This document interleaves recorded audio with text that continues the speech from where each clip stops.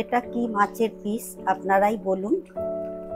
এইরকম মাছের পিস যে কোনো নিরামিষ দিনে আপনারা মেনুর মধ্যে রাখতে পারেন।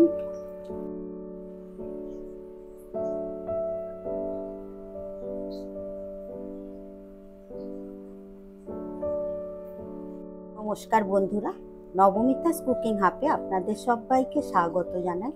বন্ধুরা, প্রতিদিনের মতো আজকেরও চলে এসেছি সম্পূর্ণ নতুন একটা রেসিপি নিয়ে। আজকের আমি বাঁধাকপির নিরামিষ মাছের একটা রেসিপি করে দেখাবো। এই রেসিপিটা যে কোনো নিরামিষ দিনে আপনারা খুব সহজেই বানিয়ে নিতে পারবেন। বন্ধুরা, আপনারা পুরো ভিডিওটা দেখবেন, আর যদি ভালো লাগে লাইক শেয়ার কমেন্ট করবেন, আর সাবস্ক্রাইব করে আমার পাশে থাকবেন। চলুন তাহলে দেখে নেওয়া যাক আজকের এই রেসিপিটি। বাঁধাকপির এই রেসিপিটার জন্য আমি এখানে নিয়ে নিয়েছি একটা বাঁধাকপি আর 3টে আলু। প্রথমে আমি এই আলু আর বাঁধাকপিটা কেটে নেব। প্রথমে আমি আলুগুলো কেটে নেব খোসা ছাড়িয়ে। খোসাটা ছাড়িয়ে নেওয়ার পর আমি এই আলুগুলো পাতলা পাতলা করে কেটে নেব। এইভাবে পাতলা পাতলা করে কেটে নেব, কেটে জলের মধ্যে রেখে দেব। এইভাবেই সব 3টে আলু কেটে নেব। আলুগুলো সব কেটে নেওয়ার পর বাঁধাকপিটাও কেটে নেব।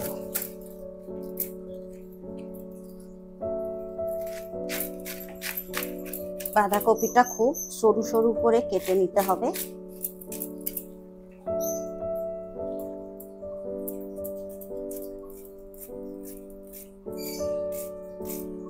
যত সরু সরু করে কেটে নেবেন ততটাই খেতে ভালো লাগবে। এইভাবে আমি পুরো বাঁধাকপিটা কেটে নিয়ে একটা বাটির মধ্যে রেখে দেব।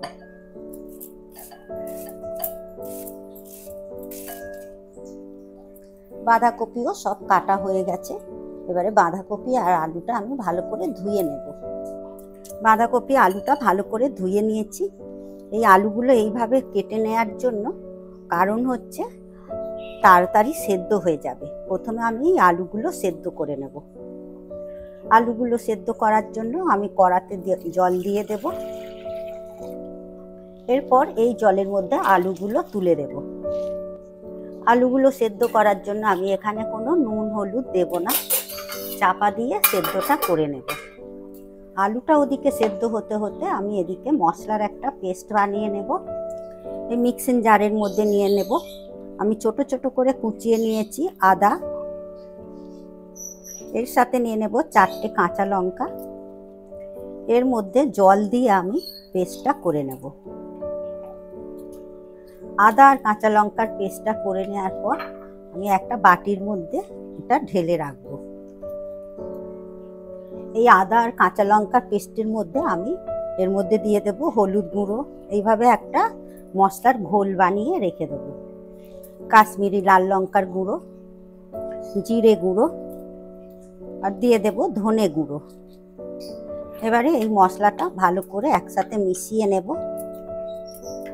এইভাবে করে রাখলে এগুলো মনে হবে বাটা মশলার মতো এর টেস্টটা হয়ে যাবে। এটা এবারে রেখে দেব।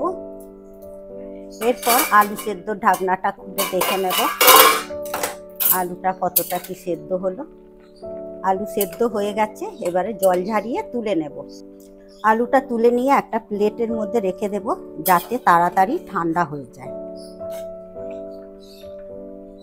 এরপর এই জলের মধ্যেই আমি বাঁধাকপিটাও সেদ্ধ করে নেব। আলাদা করে আর জল দেব না, এই জলেই সেদ্ধ হয়ে যাবে।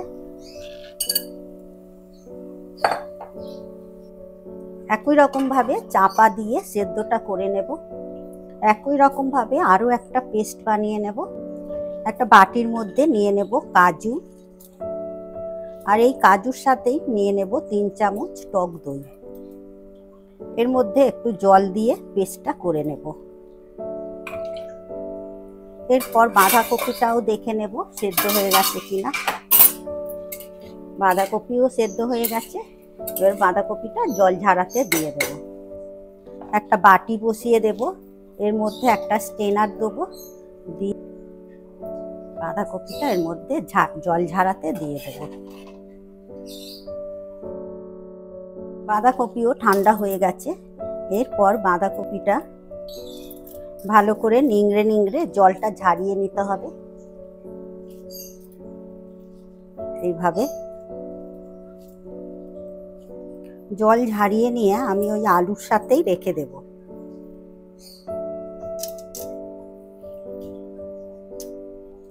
এরপর বাঁধাকপি আর আলুটা মাখানোর সুবিধার জন্য আমি একটা বাটির মধ্যে নিয়ে নেব। এর মধ্যে দিয়ে দেব লবণ, হলুদ গুঁড়ো, লঙ্কা গুঁড়ো, ধনে গুঁড়ো, জিরে গুঁড়ো, বেসন 4 চামচ দিয়ে দেব।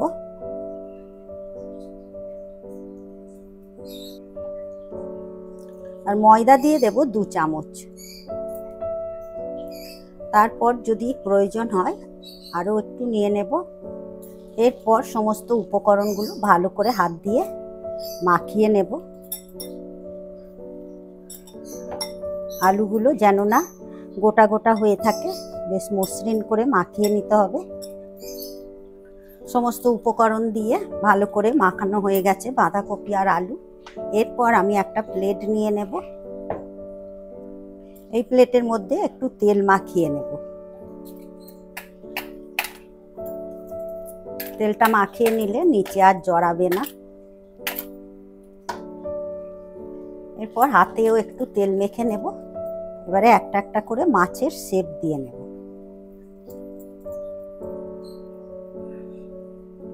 এরকম লম্বা করে নিয়ে চ্যাপটা করে নিতে হবে, নিয়ে রেখে দেব। মাঝখান থেকে একটা ফুটো করে নেব। এইভাবে মাছের পিসের মতো সমস্ত বাঁধাকপির আলুর মিশ্রণটা ভালো করে আমি মাছের শেপ করে নেব, মাছের পিসের মতো। দেখুন বন্ধুরা, পুরো মাছের মতো লাগছে, মাছের পিসের মতো। এইভাবেই সব মাছের পিসগুলো তৈরি করে নিতে হবে। এই মাছের পিসগুলো তৈরি করবেন হাতে একটু তেল মেখে করবেন, না হলে করতে পারবেন না। আমি আর একটা প্লেট নিয়ে নেব রাখার জন্য। সব মাছের পিসগুলো আমার করে নেওয়া হয়ে গেছে। এরপর মাছের পিসগুলো ভেজে নেওয়ার জন্য গ্যাসে কড়া বসিয়ে দিয়ে তেল দিয়ে দেব। তেল গরম হয়ে গেছে। এই তেলের মধ্যে এবারে একটা একটা করে মাছের পিস ভেজে নেব।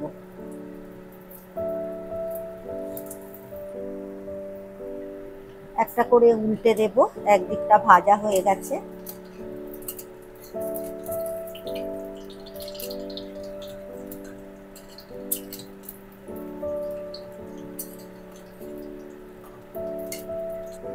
মাছের পিসগুলো ভেজে নেওয়া হয়ে গেছে। এবারে একটা করে তুলে নেব।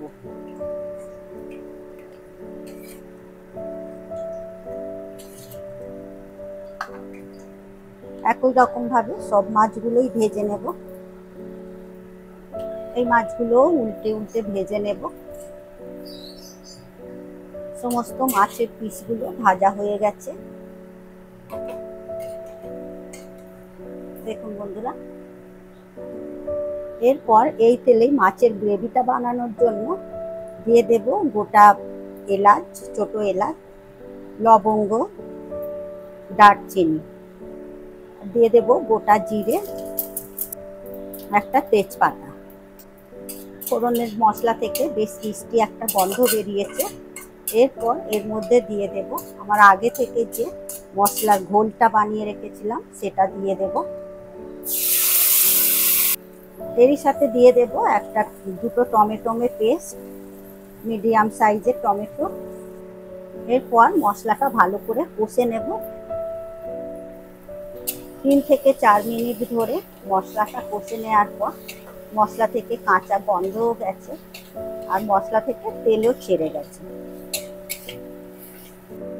এরপর এর মধ্যে দিয়ে দেব কাজু আর টক দইয়ের পেস্টটা।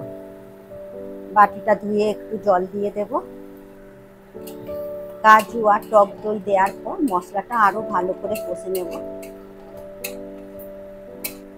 এরপর দিয়ে দেব স্বাদ অনুযায়ী লবণ আর দিয়ে দেব চিনি। গ্রেভির মশলাটা বেশ ভালো করে কষে নেওয়া হয়ে গেছে। এরপর এতে দিয়ে দেব জল, আরও একটু জল দিয়ে দেব। জলটা দিয়ে ভালো করে গ্রেভির সাথে মিশিয়ে দেব। গ্রেভিটা ফুটে যাওয়ার পর এর মধ্যে দিয়ে দেব ভেজে রাখা মাছের পিস।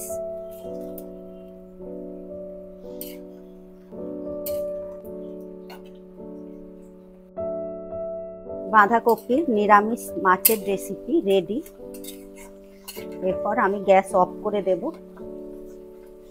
সব শেষে দিয়ে দেব গরম মশলার গুঁড়ো আর 1 চামচ ঘি, আর দিয়ে দেব ধনেপাতা কুচি। বন্ধুরা, আপনারা বাঁধাকপির অনেক রেসিপি খেয়েছেন, তো আমি অনুরোধ করব একবার হলেও এই রেসিপিটা বানিয়ে নেওয়ার জন্য।